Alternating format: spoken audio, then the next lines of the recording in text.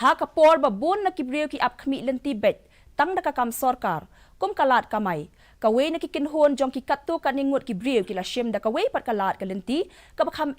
Henry kabalong pat kalenti banya shaprang ban pen urlong ya kajing trang jongki o Sebastian M. Marak na William Nagar ha East Garo Hills uday uwe na padeng kini kibriyo ubaran kajing trang ban tray ya kakam Shna tiar Dieng daki Dieng tik o Sebastian jupo sniw bantray kam sorkar na marba ukwa bet banle ya ka ba udon kajing snowtenat ba ulapan nan kam hok ya ka sap jong u kajing tray shitom jong u kala a shishay kajing mentoy na mar kajing dawa ya ki tiar bashna da ki Dieng tik ka jor bha ha ka jalla barkum jo shabar jalla ya kane ka jo kajing sngaw lapen sngaw ru da uhi ya ngangba u Samla na Manipur hakapor ba bon na kinong Shna Jingshna ki knyum bakim yo abriyo ban peteng kakam kibriyo kum o Sebastian bat hiyay ngangba kilapan dan kam hok ekasap ka jongki kum kalat ban kentiw hakajing em jongki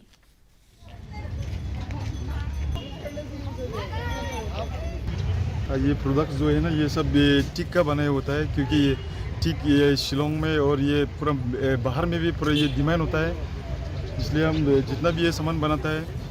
वो सब सामान हम जितना भी सकता है ये टिक वुड का ही बनाता है हम गवर्नमेंट जॉब के बारे में तो कुछ भी नहीं सोचा क्योंकि मेरा पढ़ाई लिखाई भी वो सब भी नहीं है इसलिए मुझे जो भी गॉड ने गिफ्टेड दिया